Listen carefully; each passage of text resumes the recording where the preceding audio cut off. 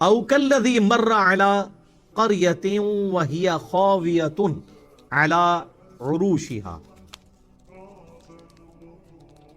اور اسی طریقے سے اس شخص کا حال نہیں دیکھا. اب یہ دیکھنے سے مراد یہ نہیں ہے کہ مطلب وہ سارے لوگ وہاں پہ حاضر و ناظر تھے، یہ لنگوسٹک لٹریچر کی بات ہو رہی ہے. جیسے قرآن میں ہے کہ کافروں نے نہیں دیکھا زمین و آسمان ملے ہوئے تھے، ہم نے انہیں پھاڑ کے جدا کیا. سورہ الانبیاء میں مراد یہ نہیں کہ کافروں نے دیکھی ہے کوئی ویڈیو، مراد یہ کہ یہ اللہ کی قدرت کا نظارہ نہیں دیکھ رہے ہو کہ ان کو کسی نے بنایا، کہ ایک شخص جو گزرا ایک بستی پر سے جو کہ الٹی پڑی تھی اپنے چھتوں کے بل، یعنی وہ کوئی تباہ و برباد، کوئی کھنڈرات تھے. تو اس شخص نے کہا قال انا یحیی ہذہ اللہ بعد موتہا، اللہ تعالیٰ مردوں کو کس طرح مرنے کے بعد زندہ کرے گا، یہ بستی کس طرح زندہ ہو سکتی ہے. یہ میں تورات میں ڈیٹیل ملتی ہے، یہ حضرت عزیر علیہ السلام کے بارے میں آتا ہے کہ وہ ایک کسی کھنڈرات کے پاس سے گزر رہے تھے تو انہوں نے یہ کہا. بعض کہتے ہیں کہ یہ لٹریچر کی زبان میں بات ہے، انہوں نے اپنی مردہ قوم کو مخاطب کر کے کہا کہ اتنی مردہ قوم ہو چکی ہے، دوبارہ اسے عروج کیسے ملے گا. تو دونوں باتیں درست ہو سکتی ہیں، ہم تو دونوں قائد کو صحیح سمجھتے ہیں. تو اللہ تعالیٰ فرماتا ہے فَأَمَاتَهُ اللَّهُ مِئَةَ عَامٍ ثُمَّ بَعَثَهُ، تو اللہ تعالیٰ نے 100 سال کے لیے اسے موت دے دی. نیند بھی موت کی بہن ہے نا، اس کے بعد اٹھا لیا. وہ نیند بھی ہو سکتی ہے اور فزیکل موت بھی ہو سکتی ہے. جیسے اللہ تعالیٰ نے اصحاب کہف کو تو 300 سال کے لیے سلا دیا تھا. 300 جو ہے وہ عیسوی اعتبار سے اور 309 ہجری اعتبار سے، یعنی لیونر کیلنڈر کے اعتبار سے. قال کم لبثت، تو جب اللہ تعالیٰ نے اسے اٹھایا نا حضرت عزیر علیہ السلام کو، تو اللہ نے فرمایا ہاں بھی کتنا عرصہ تم یہاں پہ تیرا گزرا ہے. قال لبثت یوما او بعض یوم، تو انہوں نے کہا یا تو میں پورا دن یہاں پہ سویا رہا ہوں یا دن کا کچھ حصہ. قال بل لبثت 100 عام، اللہ تعالیٰ نے فرمایا نہیں تم تو 100 سال کے لیے یہاں پہ لیٹے رہے ہو. فانظر الی طعامک وشرابک لم یتسنہ، دیکھ اپنے کھانے پینے کی چیزوں کی طرف، کوئی خراب بھی نہیں میں نے ہونے دی. 100 سال تک کھانے پینے کی چیز بھی اپنی اصلی حالت میں موجود ہے. وانظر الی حمارک، اپنے گدھے کی طرف دیکھ، گدھا جو ہے وہ مر کے اس کی ہڈیاں بھی آ چکی ہوئی تھی. ابھی بڑے مزے کی بات ہے،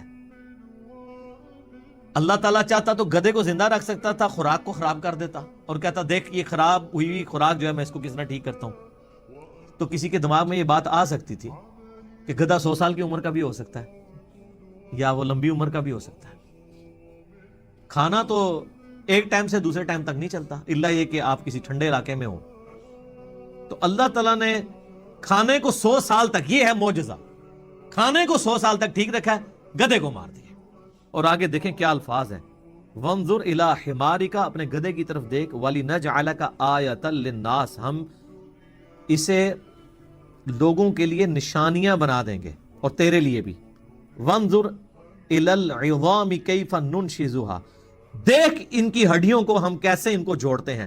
ثم نکسوها لحما، پھر اس پہ کیسے گوشت چڑھاتے ہیں. سر یہ منظر تو حضرت عزیر نہیں دیکھا ہے، حالانکہ یہ روزانہ ہو رہا ہے انسان کے کیس میں بھی، جانداروں کے کیس میں بھی، لیکن وہ فزیکلی سامنے نظر نہیں آ رہا ہوتا اور اس کا ایک ٹائم پیریڈ ہوتا ہے. انسان کے کیس میں آلموسٹ 9 مہینے لگتے ہیں، ہاتھی کے کیس میں 22 مہینے لگ جاتے ہیں، لیکن یہ سیکنڈز میں ہوا ہے کہ وہ ہڈیاں تھیں ان پہ اللہ نے ایسے گوشت چڑھایا، ایک دم سامنے گدھا سامنے آ گیا. ٹھیک ہے، اللہ اکبر. اچھا، اللہ تعالیٰ اس ساری چیزوں کو نشانی بنا کے ایک پیغمبر کے سامنے پیش کر رہا ہے، اس کا ایمان مضبوط کرنے کے لیے کہ اللہ کے لیے مردے کو زندہ کرنا کوئی مسئلہ نہیں ہے. تو مجھے بتائیں اگر پیغمبر خود ہی مردے زندہ کر لیتے ہوتے تو اللہ تعالیٰ ان کو یہ کر کے کیوں دکھا رہا تھا؟ تو بابے کدھر عزیر علیہ السلام کو طاقت نہیں سی کہ مردے زندہ کرنا، تو شیخ عبدالقادر جیلانی نے کہ تو مردہ کھلا لیا. تو اسی لیے آپ کو ٹھیک قرآن نہیں پڑھنے دیتے. قرآن پڑھتے یہ بھی تو دماغ میں آپ کے خیال آئے گا نا کہ بھی عزیر علیہ السلام کو تو اللہ تعالیٰ مردے کو زندہ کر کے اس گدھے کو بتا رہا ہے کہ دیکھ اس طرح میں مردے زندہ کروں گا. اگر عزیر علیہ السلام خود ہی کر لیتے ہوتے تو اللہ کو بتانے کی ضرورت ہی نہیں تھی. تو بابے نے کہ تو مردے زندہ کر لینے نے. اگر کوئی سمجھتا ہے کہ کسی بابے کو کہ وہ مردہ زندہ کر سکتا ہے تو اس بابے کو شہید کرتے ہیں، خود اپنے آپ کو زندہ کر کے بتائیں. کسی اور نو نہیں ہے نا، کیوں کسی معصوم دی جان لئیے، جنہیں مصیبت کھڑی کی تھی وہ کیوں نہ لے جائے، جان چھڑائی جائے. ادھر کو اسٹامپ پیپر لکھوا لو کہ میں اگر دوبارہ زندہ نہ ہے تو میرا خون معاف ہے. تو کوئی بابا نہیں تیار ہونے لگا مردہ زندہ کرنے واسطے. سارے کہیں گے جی توبہ کوئی نہیں زندہ ہوتا ہے, ایویں کہانی ہے. اپنی جان کو دینے کے لیے کہاں سے تیار ہو جاتا ہے. تو دیکھ پھر ہم کس طریقے سے اس کے اوپر گوشت چڑھاتے ہیں.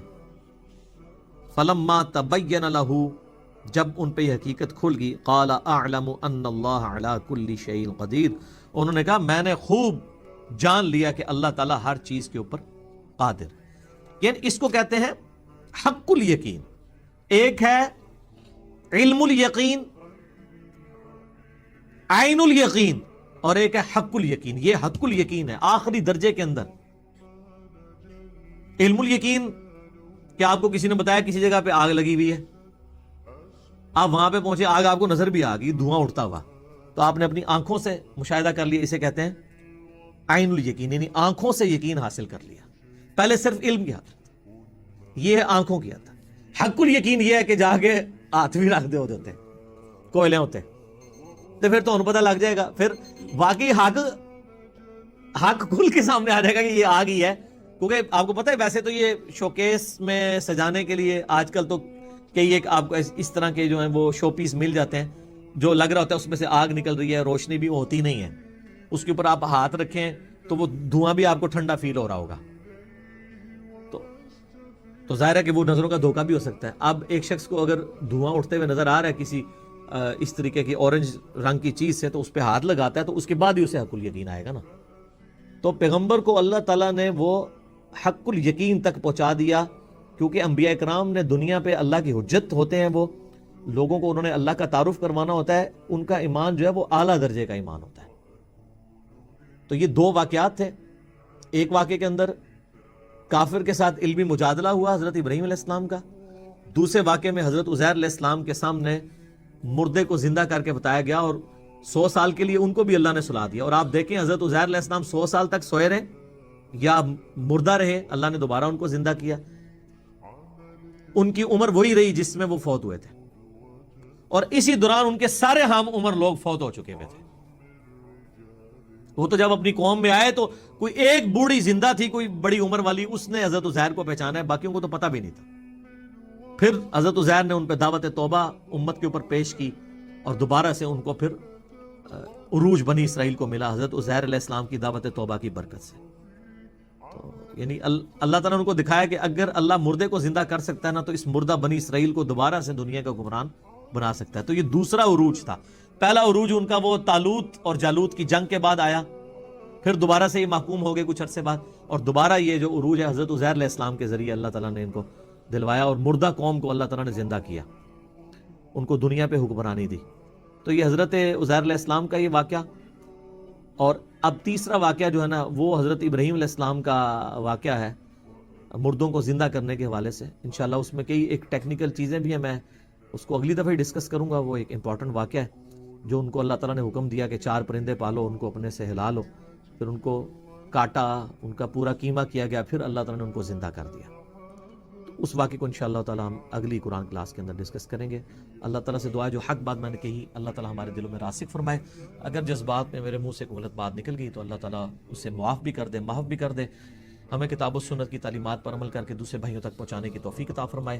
سبحانک اللہم و بحمدک, اشہد ان لا الہ الا انت, استغفرک و اتوب الیک, وما علینا الا البلاغ المبین. جزاکم اللہ.